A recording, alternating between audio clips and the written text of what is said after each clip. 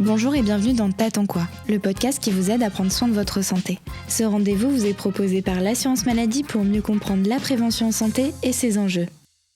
Ici, pas de jargon compliqué mais des témoignages authentiques, des paroles de professionnels et des récits de vie qui éclairent nos choix de santé au quotidien.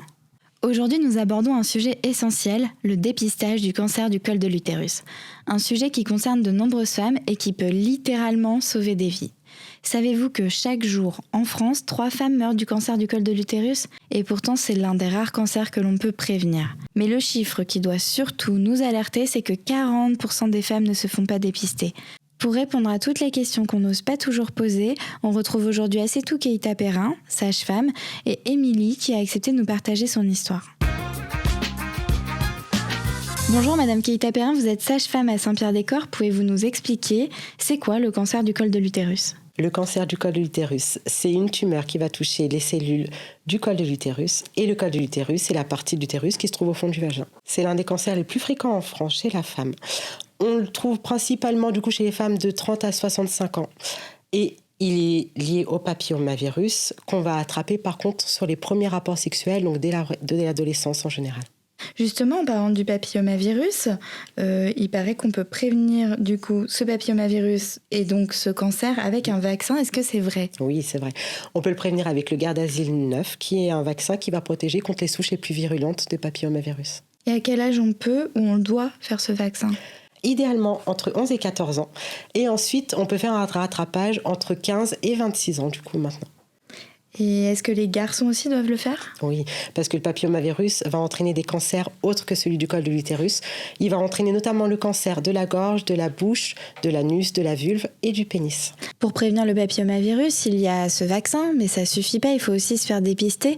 C'est quoi un test de dépistage du cancer du col de l'utérus ? Comment ça se passe ? On va pouvoir le dépister avec un frottis. Le frottis, c'est un examen que vous allez pouvoir faire chez votre professionnel de santé ou en laboratoire, où on va passer une petite brosse sur le col pour venir prélever des cellules et vérifier si elles sont normales ou pas et la présence de papillomavirus. Est-ce que c'est douloureux ? Ça peut être gênant, ça dépend des femmes. Dans la grande majorité des cas, c'est pas du tout douloureux. On peut ressentir une petite gêne, mais pas beaucoup plus. On peut le faire chez une sage-femme, chez un gynécologue, chez un médecin généraliste et en autoprélèvement au laboratoire. Et à partir de quel âge il faut commencer à faire ce test ? On commence à le faire à partir de 25 ans. Tous les combien à peu près ? Alors, de 25 à 30 ans, on va le faire tous les 3 ans, avec un rappel 1 an après le premier frottis. Et ensuite, après 30 ans, on le fera tous les 5 ans. Bonjour Émilie, merci d'être avec nous aujourd'hui. Et vous, justement, racontez-nous à quel âge avez-vous fait votre premier dépistage ? J'ai fait mon premier dépistage quand j'avais 25 ans, parce que ma mère m'a demandé de le faire. Et elle a vu que je le faisais pas, donc elle a pris le rendez-vous à ma place et elle m'a accompagnée pour me soutenir ou pour me surveiller, je ne sais pas, mais en tout cas on y a été toutes les deux. Est-ce que vous étiez vaccinée contre le HPV, le papillomavirus ? J'ai été vaccinée à 14 ans. D'accord. Et vous étiez vaccinée, mais vous êtes fait dépister quand même. Pourquoi ? Parce que c'est notre médecin qui l'avait conseillé. Et puis ma mère a très peur de ce genre de choses. Donc elle s'est dit, on dit qu'il faut se faire dépister à 25 ans. Donc tu vas te faire dépister à 25 ans. Et je pense que le médecin aussi nous avait dit qu'il fallait quand même y aller.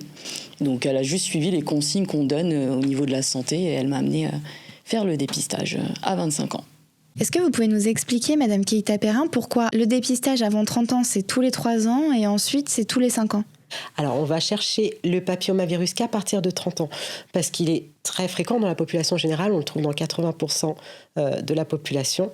On l'élimine tout seul, en général, dans l'année qui suit l'infection ou dans les 2 ans qui suivent. Donc, on va attendre 30 ans pour que le corps ait eu le temps de l'éliminer. Et avant 25 ans, on va uniquement regarder du coup les cellules et s'assurer qu'elles ont un aspect normal. Si je peux aller faire mon dépistage, est-ce que c'est remboursé ? Oui, c'est remboursé par la sécurité sociale. Forcément, Émilie, à 25 ans, c'est un des premiers examens gynéco qu'on peut faire. Est-ce que ça vous faisait peur ? Oui, parce que moi j'étais pas du tout suivie au niveau gynéco, c'est mon médecin traitant qui m'avait prescrit ma pilule, je suis jeune, je vais bien, j'ai mal nulle part, je finis mes études, je commence la vie d'adulte finalement. Bon, elle me parle d'un frottis. C'était pas dans ma to-do list, quoi. Je me suis dit, bon, je vais le faire, mais on verra ça plus tard. Et je voulais pas me retrouver avec une dame que je connais pas, les jambes écartées, pour qu'elle me fasse je ne sais quoi à l'intérieur. Donc, non, j'avais pas envie. Montre en main, ça dure 5 secondes. et derrière, tu as tout de suite oublié, tu te sens pas mal le reste de la journée. Ça fait plus peur que de mal, vraiment. L'examen est très court quand même, du coup. Il faut compter à peu près 2 minutes le temps de faire le frottis, donc avec l'installation, le spéculum, le prélèvement qui va durer que quelques secondes. Et que c'est fait quand même avec beaucoup de douceur et que vraiment, dans la majorité des cas, ça se passe très bien. En bref, c'est un petit moment pas très agréable à passer tous les 3 à 5 ans pour être tranquille. Oui, c'est exactement ça. Donc vous avez fait ce premier frottis à 25 ans et quel a été son résultat ? Du coup, quand je suis sortie du bureau, elle m'avait bien dit que normalement on est censé se revoir l'année prochaine et que en gros elle m'appelle s'il y a un résultat ou quoi qu'est-ce qui lui pose question. Donc moi je rentre chez moi, j'ai fait mon devoir de femme, je me sens bien, etc. Et puis elle m'appelle au bout de 2 semaines et elle me dit faut qu'on se revoie. J'ai on n'est pas censé se revoir, vous et moi, aussi vite. Et elle me dit que j'ai une lésion, mais elle ne veut pas rentrer dans les détails, elle préfère me voir pour en parler. Elle me dit, vous inquiétez pas, dès que c'est la fin de cet appel, vous attendez notre rendez-vous, on verra tous ensemble, vous paniquez pas, etc. Donc moi, qu'est-ce que j'ai fait ? Je l'ai écouté, j'ai paniqué et j'ai été sur Google. Et c'est là que du coup, j'ai un peu paniqué parce que je voyais le mot cancer partout.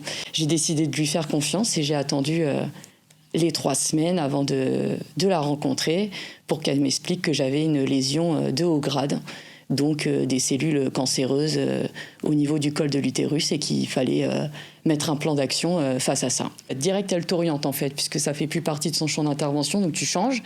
Et c'était un homme, donc je me suis dit sympa le baptême du feu. Je fais un frottis, ma première consul gynéco, et après je me retrouve chez un homme. J'étais là en mode oh là là, que de la gênance, mais encore une fois c'était plus dans la tête qu'autre chose. Et du coup il regarde l'étendue de la lésion et c'est là qu'il dit il faut faire une conisation, donc une opération qui permet d'enlever cette paroi du col, le petit bout qui est dans la paroi du col de l'utérus pour éviter que les cellules cancéreuses s'installent et se transforment en cancer invasif. Donc j'avais pas trop le choix, c'était l'intervention et au-delà de l'intervention, il te prépare un petit peu quand même selon ta lésion pour faire le maximum pour pas abîmer ton col de l'utérus pour qu'il puisse fonctionner derrière comme il faut. Donc c'est parti d'un frottis pour une colposcopie pour une conisation, donc une intervention chirurgicale. Évidemment que ça inquiète puisqu'on parle de faire une intervention, donc on est inquiet. Tout un tas de questions parce que c'est pas une zone facile, mais finalement ça n'a aucun impact quel qu'il soit et ça ne perturbe rien. Le corps reprend tout de suite ses fonctions sans problème et sans de douleur. Ça disparaît très très très vite. Et du coup, Émilie, comment on se sent quand on se retrouve dans ce processus ? Comment vous l'avez vécu ? Moi je l'ai vécu, j'étais très inquiète parce que je pense que on le sait que ça existe, on le sait que des gens ont des cancers. À 25 ans, on se pose pas toutes ces questions. Généralement, on finit ses études ou pas, mais on se dit ça peut pas m'arriver. Je me protège, j'ai la pilule, je suis vaccinée, j'ai pas beaucoup de partenaires et quand bien même. Et on se dit non, normalement ça devrait pas arriver. On se dit que le dépistage peut attendre. Oui, c'est pas pour moi, j'ai pas mal parce que moi en l'occurrence j'avais mal nulle part. Il y a rien qui m'a dit que j'avais quoi que ce soit en bas. Et du coup, quand on t'annonce ça, en fait, tu remets un peu... En fait, on te demande de déjà faire des choix qui impacteront des futurs choix dans ta vie ou même pas t'y penses encore sur le moment. On n'est jamais préparé à faire face à un potentiel cancer ou autre. Donc, mais là, on a l'occasion... de l'éviter. Donc, la morale de l'histoire, finalement, c'est que je remercie ma mère puisqu'elle m'a poussée à faire ce dépistage et que ça m'a littéralement, pour le coup, sûrement évité un cancer. Donc, tout ça, c'était peut-être chiant, c'était peut-être contraignant, c'était peut-être gênant, ça faisait peut-être peur, mais ça valait vraiment le coup. Et pour finir, mesdames, si aujourd'hui vous aviez un seul message à faire passer aux femmes qui écoutent ce podcast, ce serait quoi ? Que le frottis est quand même très important, que ça permet de réduire l'incidence du cancer du col de l'utérus. On passe du 2e cancer le plus meurtrier au monde au 8e cancer en France. Du coup, il touche 3500 femmes par an grâce au frottis. En fait, on peut le prendre en charge suffisamment tôt pour qu'on n'arrive pas au stade cancer. Enfin, si tu peux choisir entre troquer un cancer contre 5 minutes de gênance, vraiment, je pense qu'on choisirait tous les 5 minutes de gênance. Donc, allez-y, on a l'occasion d'être spoilé sur ce qui se passe en bas. C'est pas donné à tout le monde, donc si on peut, spoilez-vous parce que vraiment, ça fait la différence, mais pas qu'un peu, ça peut tout changer. Merci d'avoir écouté cet épisode de T'attends quoi, le podcast de l'assurance maladie. Merci infiniment à Émilie pour son témoignage et à Assetou Keita Perrin, sage-femme, pour ses explications. Vous l'aurez entendu, ce cancer n'est pas une fatalité. Un geste simple, un rendez-vous de quelques minutes peut faire toute la différence. Parlez-en avec vos proches, votre médecin, votre sage-femme ou votre gynécologue, ou rendez-vous sur amélie.fr ou Vaccination Info Service.